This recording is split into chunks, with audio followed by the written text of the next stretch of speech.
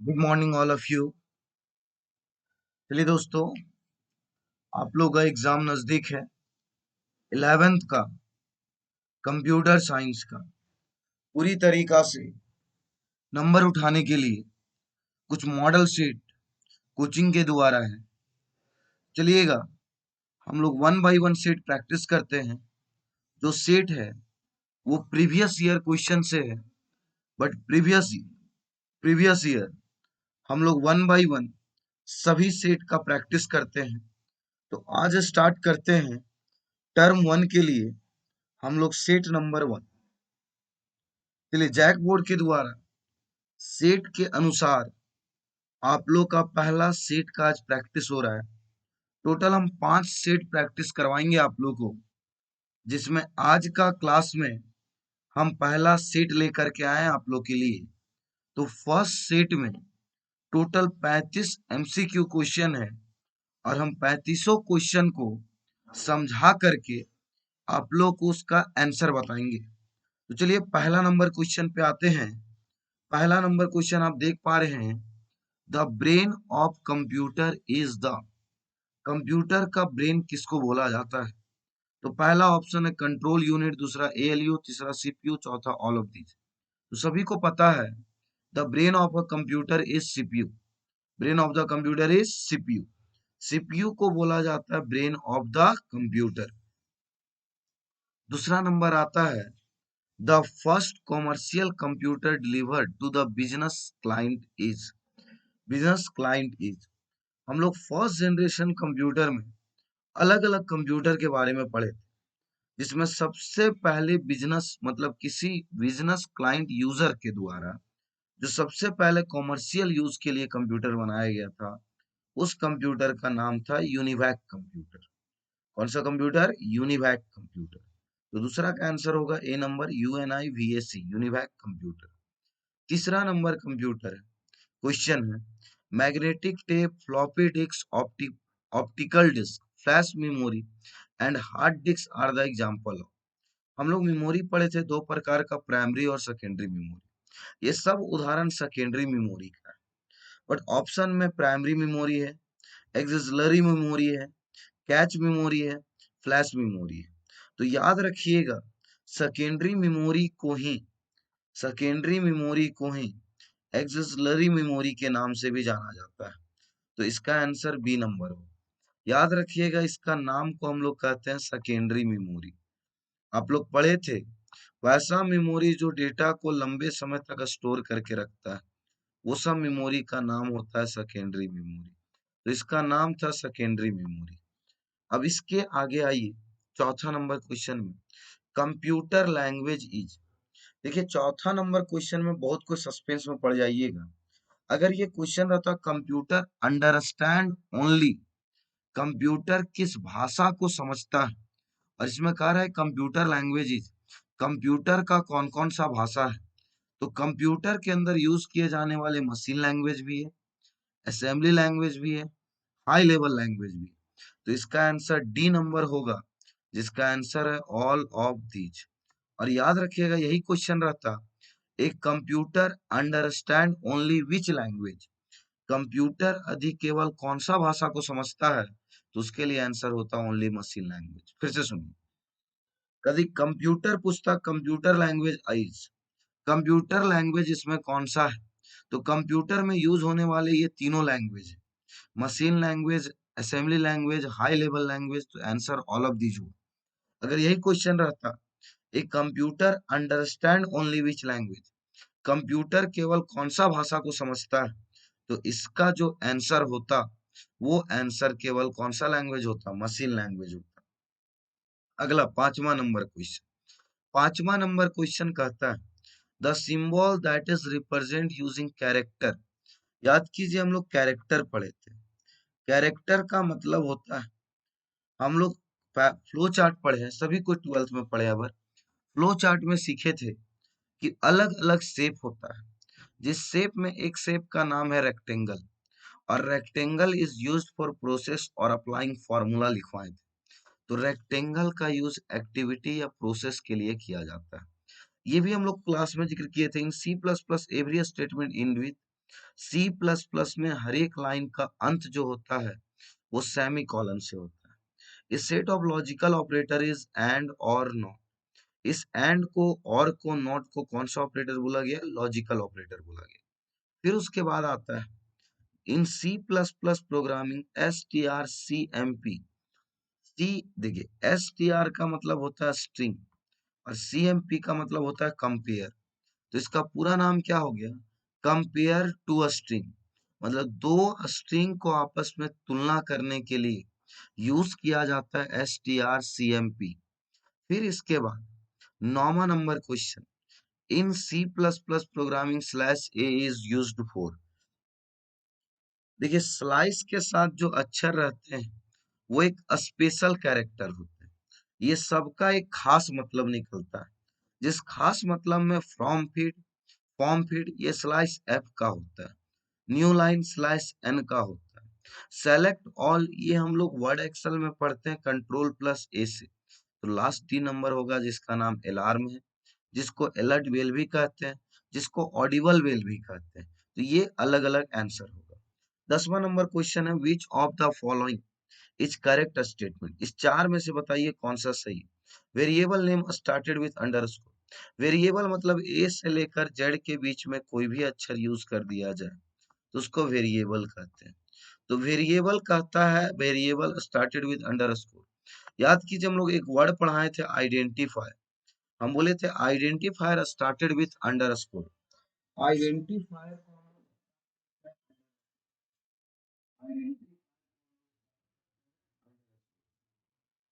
Identifier को start करते हैं अंडरस्कोर से, तो इसलिए ध्यान रखिएगा इसका आंसर। फिर दूसरा नंबर क्वेश्चन है variable must have digit. Variable digits ये गलत है, ये भी गलत है। Variable must have white space. White space का मतलब होता है जिस अक्षर के पहले स्लाइस लगा हुआ, स्लाइस वाला अक्षर को व्हाइट स्पेस कहते हैं। तो ये सब गलत है। डी नंबर सही है keyword can not be variable. Keyword का मतलब होता है वैसा वर्ड जिसका मीनिंग कंप्यूटर में रिजर्व है, और वो वर्ड कभी वेरिएबल का नाम, मतलब कोई भी कीवर्ड वेरिएबल का नाम नहीं हो सकता। तो आंसर नंबर 10 का डी। अगला क्वेश्चन है which of the following not types of variable. इसमें कौन सा वेरिएबल का प्रकार नहीं है? तो इटर्न वेरिएबल है, रजिस्टर वेरिएबल है, ग्लोबल वेरिएबल। तो इसके लिए आंसर होगा नन ऑफ दिस। इसमें से ऐसा कोई नहीं है जो वेरिएबल का प्रकार नहीं है। 714 इन ऑक्टल नंबर इन डेसिमल, इसको कन्वर्सन है। देखिए 714 ऑक्टल नंबर है। ऑक्टल को रिप्रेजेंट करते हैं 8 से। अब इसको 8 से रिप्रेजेंट करने के बाद सभी नंबर को 8 से गुना करिए और गुना करने के बाद सभी का पावर करिए और जोड़ दीजिए। जोड़ देने के बाद आंसर आ जाएगा 460। तो इसका आंसर हो जाएगा 460। कैसे होगा इसको एक्सप्लेन भी करेंगे हम लोग। फिर उसके बाद 1AFE इन हेक्साडेसिमल। ये नंबर हेक्साडेसिमल में है और हेक्साडेसिमल को रिप्रेजेंट करते हैं 16 से। 16 से रिप्रेजेंट करते हैं और रिप्रेजेंट करने के बाद इसको सभी को 16 से गुना करेंगे और उसके बाद पावर करेंगे और जो रिजल्ट आएगा वो आंसर हो जाएगा। चौथा number the code that is easier to use in punch card. देखिए ये पंच कार्ड क्या होता है? जिस तरह हम लोग एटीएम मशीन यूज करते हैं, पहले का कंप्यूटर में पंच कार्ड यूज होता था मशीन को चलाने के लिए। तो पंच कार्ड में काम होता था, ये सब अलग अलग कोड है जिसमें एक कोड का नाम था एक्सेस 3। तो आंसर नंबर सी होगा एक्सेस 3। 15 नंबर क्वेश्चन है a nibble is a group of. एक निबल में टोटल कितना बीट होता है? तो एक निबल में टोटल 4 बीट होता है। तो इसका आंसर जो होगा वो 4 बीट होगा।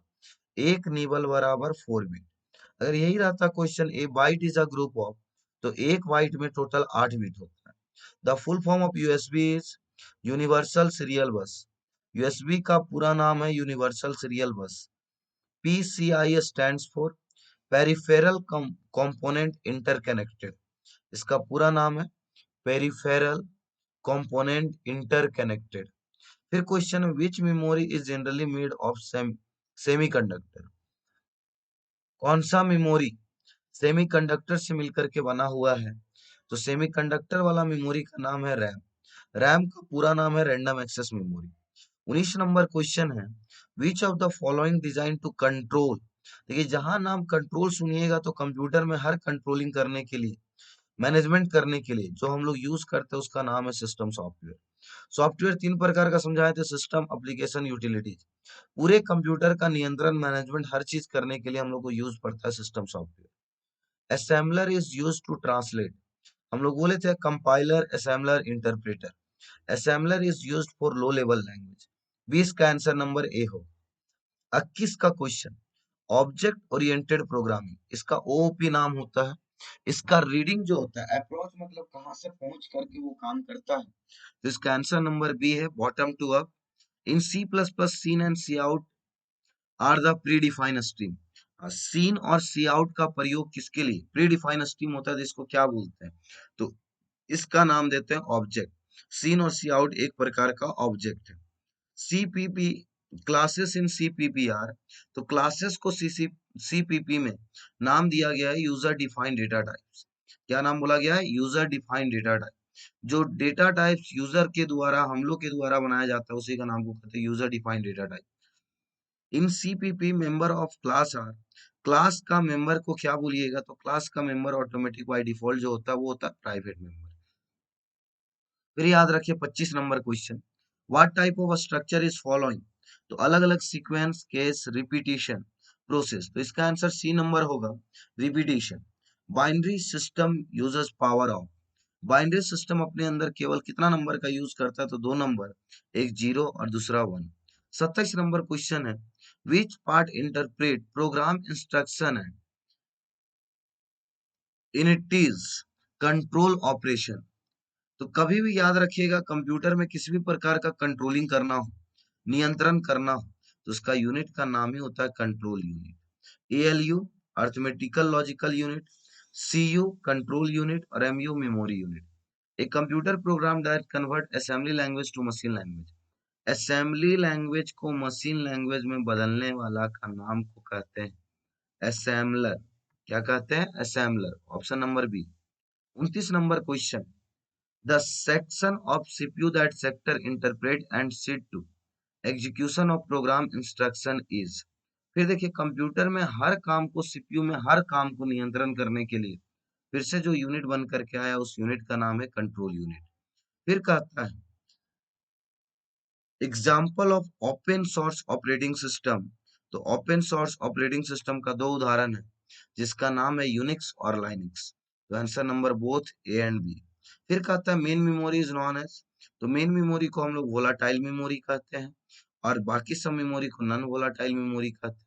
वोलाटाइल का मतलब होता है विलुप्त हो जाना। Controller of computer system transfer data from the device is known as buffer. Buffer एक ऐसा माध्यम है जो कंप्यूटर में हर डेटा को एक डिवाइस से दूसरे डिवाइस में ट्रांसफर करने का काम करता है। फिर याद रखिएगा 33 number question, the two start an IO. IO का मतलब होता है input output operation device drive. Register में इनपुट और आउटपुट को कंट्रोल करने के लिए memory, secondary memory, device controller और एरे। तो इसका आंसर सी नंबर होगा, जिसका नाम है डिवाइस कंट्रोलर। सी का answer device controller. 34 number question, in computer subtraction is generally carries out by. तो यहाँ पे अलग अलग कॉम्प्लीमेंट है, फर्स्ट, सेकेंड, थर्ड, फोर्थ, अलग अलग कॉम्प्लीमेंट है। तो सब्ट्रैक्ट, जिस तरह हम लोग याद कीजिए बाइनरी में पढ़े थे एडिशन ऑफ टू नंबर, तो उसी तरह से सब्ट्रैक्शन ऑफ टू नंबर होता है। तो सब्ट्रैक्शन को कैरेज करने के लिए जो नियम है उसका नाम है सेकेंड कॉम्प्लीमेंट। और लास्ट 35 नंबर क्वेश्चन है, floating point represent is use to store boolean value, whole value, integer या real number. Floating constant is also known as real constant. और रियल कांस्टेंट का ही मतलब हो जाता है जिसका नाम क्या है, रियल नंबर। जिसका आंसर हो जाएगा रियल नंबर।